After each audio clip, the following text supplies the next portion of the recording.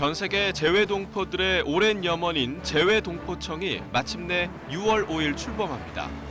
국내 총인구 5,100만 명에 재외동포 수 750만 명인 대한민국. 재외동포의 비율이 매우 높은 나라 중 하나입니다.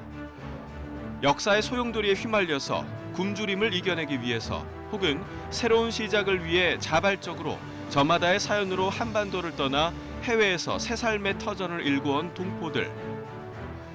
힘든 여건에서 모국을 그리워하고 모국이 어려울 때면 기꺼이 손 내밀기도 했던 우리의 한민족이었습니다. 하지만 재외동포하면 평소에 어떤 생각을 가지고 계신가요? 솔직히 한 번도 생각해 본 적이 없거든요. 평소에도 조금 생소한 단어이기도 하고 깊게 생각해보지는 않았던 것 같아요. 재외동포에 대한 인식은 매우 부족한 현실. 재외동포청 출범을 계기로 함께 생각하고 풀어가야 할 숙제입니다. 재외동포에 대한 내국인의 인식을 높이고 지구촌 한민족 공동체의 지평을 넓히는 데 구심점 역할을 해야 할 재외동포청. 특집 더 큰 한국이 온다에서 재외동포청의 모든 것을 알아봅니다. 안녕하십니까. 전 세계에 흩어져 있는 재외동포 수 750만 명. 저마다의 이유로 터전을 옮겼지만 한민족임을 잊지 않고 살아가고 있는데요. 이제 글로벌 한민족으로 성장한 재외동포들에 관한 종합정책을 체계적으로 세우고 시행할 재외동포청이 마침내 6월 5일 출범합니다.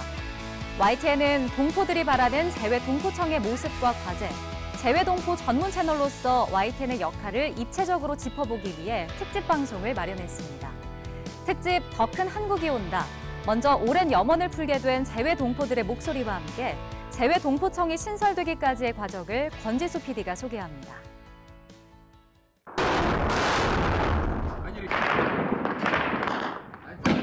군벌 간 무력 충돌로 내전이 발생한 수단에서 우리 동포 28명을 무사히 구출해낸 수단 프로미스 작전.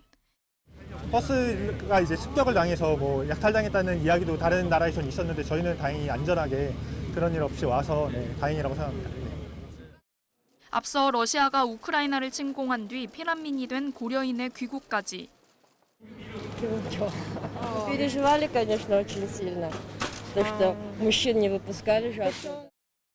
이처럼 그동안 우리 정부는 재외동포의 생명을 보호하기 위해 각종 긴급구조 활동을 펼쳐왔습니다. 그간 대통령실을 포함하여 외교부, 국방부 등 범정부 차원의 노력과 우리 국민적 성원을 통해 우리 국민의 생명과 안전을 위한 이런 재외동포 보호 지원 활동에도 불구하고 한계도 있었습니다. 750만 명에 이르는 재외동포 관련 정책과 업무를 총괄적으로 수립, 집행할 전담기구가 없었기 때문입니다. 1997년 재외동포재단이 설립돼 재외동포 관련 지원 사업을 펴오긴 했지만 정책과 제도, 예산 수립 권한 없이 외교부 산하기구로 운영됐습니다. 여기에 동포 관련 영사와 법무, 교육 등 각종 행정 업무는 외교부와 법무부, 교육부 등 여러 부처에 흩어져 동포들은 혼란과 불편을 겪어야 했습니다.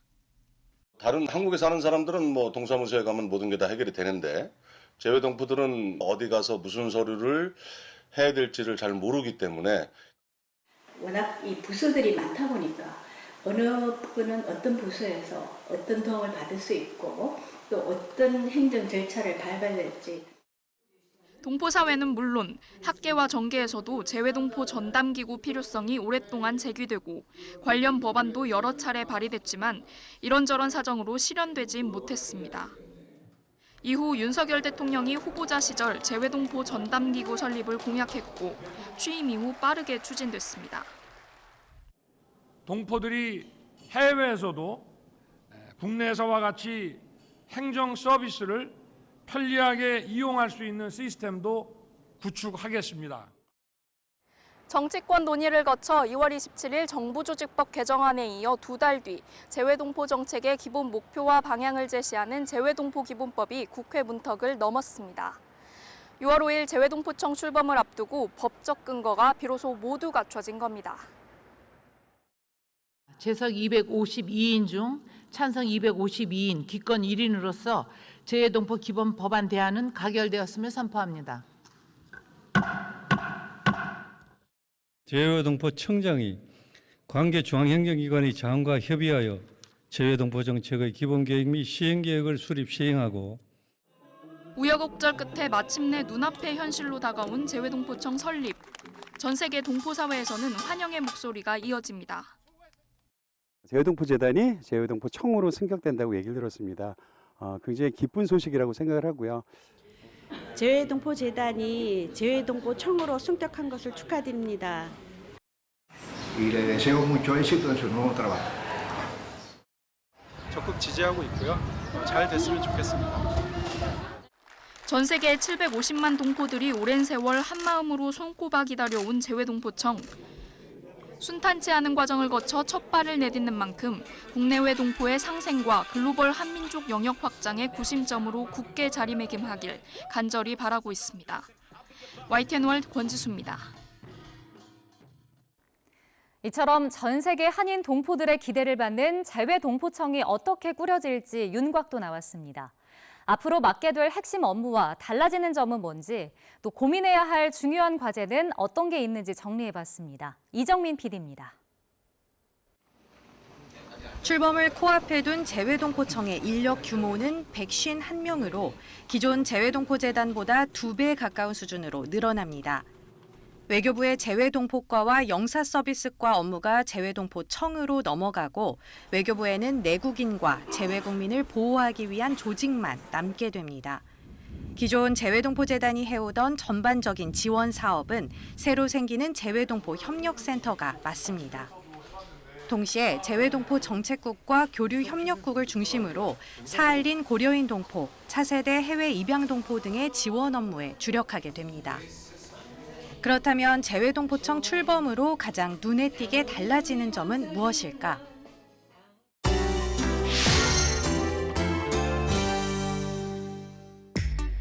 인력과 예산이 늘어난 만큼 지역을 세밀하게 더 나눠 동포들이 거주하는 국가와 지역 특성에 알맞게 정책을 만들게 됩니다. 예를 들어 미국과 캐나다 동포들을 상대로는 입양 동포와 복수 국적자 지원 정책 등의 개발에, 일본은 제1동포 중심 단체인 민단 지원에 집중할 예정입니다. 러시아와 독립국가연합 지역의 경우 고려인과 사할린 동포 등을 위한 특수 지원 사업을 적극적으로 펼 계획입니다.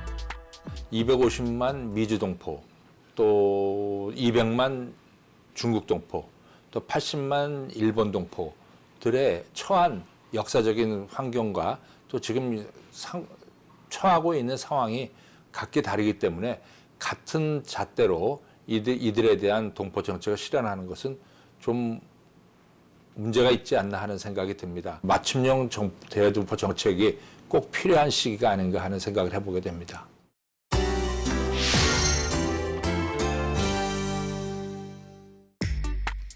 재외동포들의 민원 등 행정 업무 처리도 한결 간소해집니다.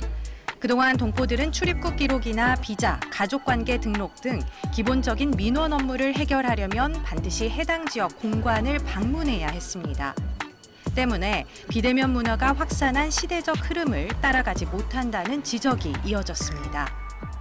간단한 업무를 보러 가려고 해도 이제 큰 도시에 있는 한국 영사관을 찾았어야 되는데, 이제 디지털 도입이 된다면 큰 도시에 살지 않는 분들도 이제 서비스를 좀 더 수월하게 이용할 수 있을 것 같아서. 재외동포청은 재외동포들의 불편과 요구를 반영해 각종 민원 업무를 한 곳에서 비대면으로 통합 지원하는 디지털 서비스 체계를 구축하기로 했습니다. 다만 우리나라의 복잡한 인증 절차가 남아 있습니다. 외교부는 주민등록번호나 국내 휴대전화 번호가 없는 외국 국적 동포들도 온라인상 신원 확인이 가능하도록 관련 법 등을 정비해 나갈 방침입니다. 이처럼 재외동포청 윤곽이 드러나면서 동포 사회의 오랜 고충이 해결될 수 있다는 기대감이 커지고 있습니다. 동시에 정체성 함양과 참정권 확대에도 더 관심을 기울여 달라는 목소리가 나옵니다.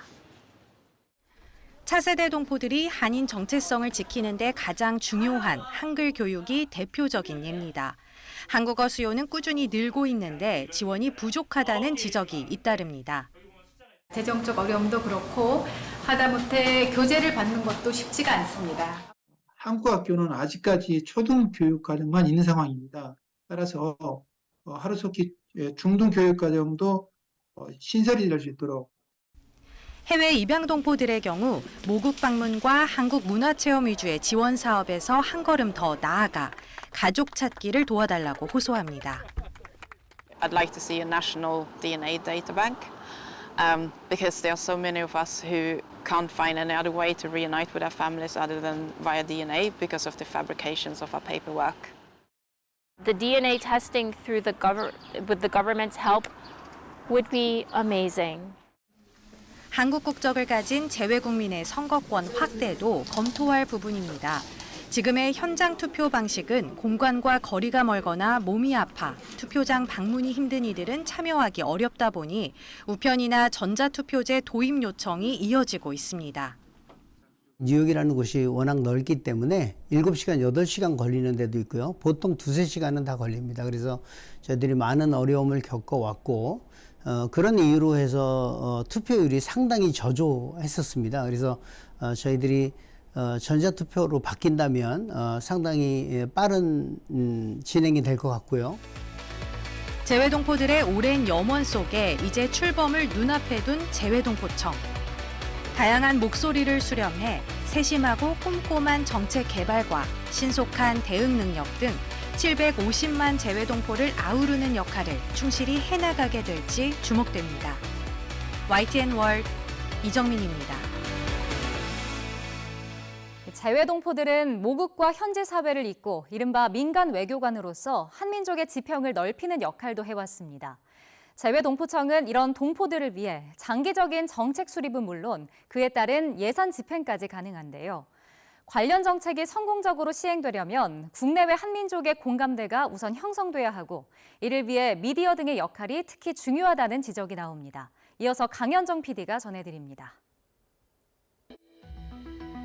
해외 각지에 사는 동포 수는 750만 명.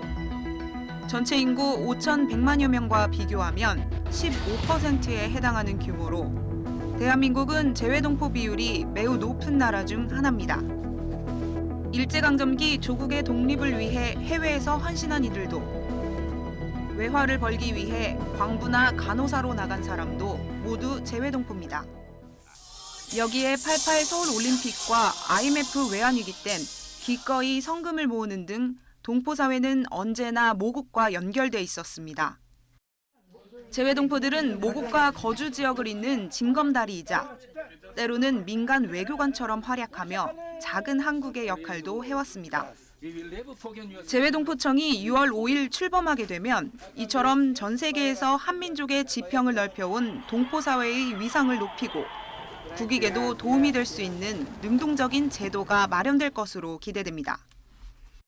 재외동포 업무를 보다 체계적으로 그리고 효율적으로 추진할 수 있게 돼서 우선 그 본국과 재외동포 사회 간의 그 유대와 상생 발전을 더욱 강화한다는 점에서 큰 의의가 있다고 봅니다. 750만 재외동포를 우리의 그 주요한 외교 자산으로 인식하는 것이 중요하다고 생각을 합니다. 왜냐하면 이 재외동포들은 그 외국어 구사라든가 이 글로벌 마인드 또 그 거주국 내에서 네트워크를 잘 갖추고 있기 때문에 우리의 외교 활동에 큰 그 도움이 되고 있습니다.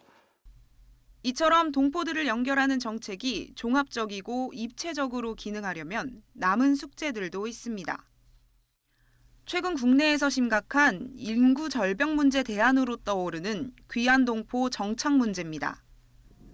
현재 역이민으로 모국에 돌아온 동포는 약 100만 명. 하지만 관련 업무 영역이 외교부와 법무부에 섞여 있어 재외동포청을 중심으로 업무를 어떻게 조정할지 청사진이 필요해 보입니다. 특히 국내에 체류하는 재외동포와 관련해서는 이 외교부하고 또 법무부가 서로 이렇게 그 영역이 중첩되는 부분들이 있어요. 그래서 이런 부분들을 어떻게 효율적으로 업무 분담을 할 것인가에 대한 마련이 필요하고요. 국내에 있는 동포도 우리가 큰 재외동포의 틀에서 지원할 수 있는 그러한 법이라든지 제도라든지 사업이 마련이 될 필요성이 저는 매우 크다고 생각합니다. 재외동포에 대한 인식도 과제입니다. 재외동포청의 정책 수립과 예산 집행 과정에서 국민 여론에도 귀를 기울여야 하는데 국내에서는 재외동포 관련 인식이 여전히 부족한 데다 재외동포청의 역할에 대해서도 이해가 필요한 상황이기 때문입니다. 동포하면은 일단은 뭐 같은 그 민족이다라는 느낌은 들긴 하는데 그렇다고 막 딱히 또 와닿지는 않는 느낌? 코로나19로 인해서 어려운 상황에서 그런 거 한다는 건 별로 나는 좋게 생각이 안 들고 일단 우리 국민들이 회복이 돼야 되고 잘 살아야 되잖아. 취지는 되게 좋은 것 같긴 한데요. 지금 우리나라도 어려우니까 좀 이후에 생겨도 괜찮지 않나 약간. 재외동포들 사이에도 재외동포청에 대한 정보 공유가 더 필요하다는 의견이 있습니다. 재외동포청에 대해서는 들어본 적이 없고요. 어떤 일을 하는지에 대해서 교민들이 잘 모르고 있기 때문에 사실은 재외동포청이라는 거를 들어본 적은 사실 없습니다. 그래서 좀 많은 이제 뉴질랜드에 있는 이제 동포들이 좀 더 자세히 알게 되면 참 좋지 않을까라는. 지금 처음 들어봅니다. 그래서 혹시 더 인포를 받을 수 있으면 좋겠습니다. 이 때문에 재외동포 이주 역사부터 현재의 모습, 그리고 재외동포 정책의 필요성을 꾸준히 소개하는 언론의 중요성이 강조되고 있습니다. 국민 여론이 뒷받침되지 않는 정책은 사실 제대로 수행할 수가 없어요. 한 민족으로서 서로 이 공생공영해야 되는 그러한 협력자라고 하는 인식을 갖게끔 그런 긍정적인 인식을 가질 수 있도록 특히 이제 YTN과 같은 언론이 역할을 잘 해야 한다고 생각합니다. 영상 교육을 통해 가지고 서로 한인 사회와 한국이 이렇게 상생 발전한다든지 또 서로 일체감이랄지 소속감이랄지 유대감이랄지 이런 걸 통해서 정체성이 제대로 가게끔 할 것이라고 생각이 듭니다. 특히 재외동포 관련 공교육이 크게 부족한 만큼 재외동포 관련 컨텐츠가 어느 때보다 필요한 시점. YTN은 오랜 기간 재외동포 전문 채널을 운영하며 전 세계 한국어 방송을 꾸준히 해왔습니다. 과거 한인 이주 역사 등을 입체적으로 짚어주는 특집 다큐멘터리 시리즈부터 각국 재외동포들의 현재를 생생하게 보여주고 입양 동포들의 사연을 소개하는 글로벌 나우와 글로벌 코리안 등 주간 프로그램. 쉽게 풀어주는 우리말 교육을 통해 차세대 동포들의 한민족 정체성을 키울 수 있는 뉴스 말모이. 모국 문화와 최신 흐름을 흥미롭게 전할 수 있는 한류 프로그램 K-웨이브까지. 이처럼 위성과 온라인 등 다양한 플랫폼을 통해 풍부한 컨텐츠를 공급해온 YTN은 앞으로도 각국의 해외 리포터단 등과 함께 글로벌 한민족을 잇는 역할을 충실히 해나갈 계획입니다. YTN은 특히 재외동포청 출범을 전후로 동포들의 다양한 목소리를 담아 재외동포 관련 정책의 궁금증을 풀어줄 신규 코너 등도 준비하고 있습니다. YTN 월드 강현정입니다. 재외동포청 신설 YTN 특집 더 큰 한국이 온다. 저희가 준비한 소식은 여기까지입니다. 시청해주신 여러분 고맙습니다. 재외동포들의 수건이었던 재외동포청의 설립에 출범을 진심으로 축하드립니다. 거기에서 일을 하시는 분들 정말 사명감 있게 좋은 정말 훌륭한 청이 됐으면 좋고 고맙겠고 청으로 바뀌더라도 계속해서 살린 동포 어르신들 생각해서 지원을 해주셨으면 하는 바람입니다. 한국적인 문화를 대종포청에서 많은 신경을 쓰고 협조를 해줬으면 참 좋겠다고 생각합니다. 코로나 이후에 좀 변한 점들이라든지 요즘에 새로 바뀐 정책은 뭐가 있는지 최근화된 좀 그런 정보들이 많이 필요할 것 같아요. 재외동포청은 그 지역의 어떤 상황들을 저희 한인회만큼은 자세히 모르실 테니까 그런 실태조사라든가 또 좀 사각지대에 계시는 우리 한인들을 지원할 수 있는 이런 방안들을 서로 머리를 맞대고 한국을 기준으로 해서 어떤 지원이나 교류가 일어나면 안 될 것 같고요. 반드시 그 나라에 맞는 어떤 실정, 현지 실정을 조금 사전 조사해야 되지 않을까 하는 생각이 듭니다.